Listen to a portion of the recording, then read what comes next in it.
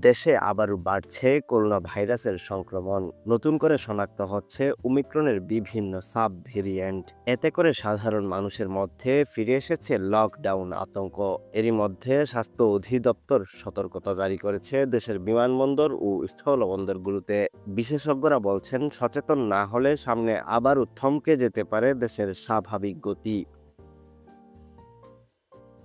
২০২০ সালের সেই ভয়াবহ সময়ের কথা অনেকেরই এখনো স্পষ্ট মনে আছে। এক অদৃশ্য ভাইরাস থমকে দিয়েছিল পুরো পৃথিবী। বাংলাদেশেও নেমে এসেছিল নিস্তব্ধতা। বন্ধ হয়ে গিয়েছিল শিক্ষা প্রতিষ্ঠান, অফিস, আদালত, দোকানপাট। কর্মহীন হয়ে পড়েছিলেন লাখ লাখ মানুষ। কেউ হারিয়েছিলেন প্রিয়জন, কেউ বা জীবনের সমস্ত সঞ্চয়।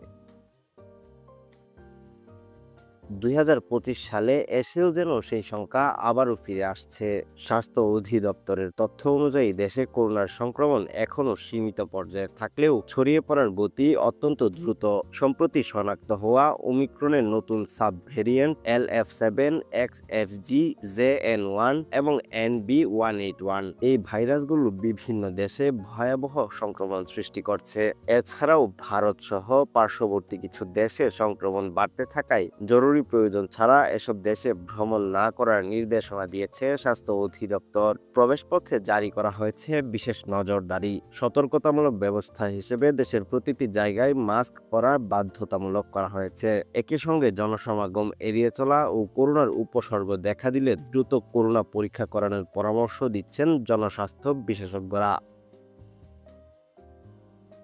স্বাস্থ্য অধিদপ্তর জানিয়েছে, যদি বর্তমান পরিস্থিতি নিয়ন্ত্রণে না আসে তাহলে আবারও কঠোর সিদ্ধান্ত নেওয়া লাগতে পারে। অনেকেই মনে করছেন, পরিস্থিতির অবনতি হলে লকডাউনের মতো ব্যবস্থা গ্রহণ ছাড়া বিকল্প কিছুই থাকবে না। বিশেষজ্ঞরা বলছেন, এখনই যদি জনগণ সচেতন না হয় তাহলে পরিস্থিতি হাতের বাইরে চলে যেতে পারে। তখন বাধ্য হয়ে সরকারকে কঠোর পদক্ষেপ নিতে হবে।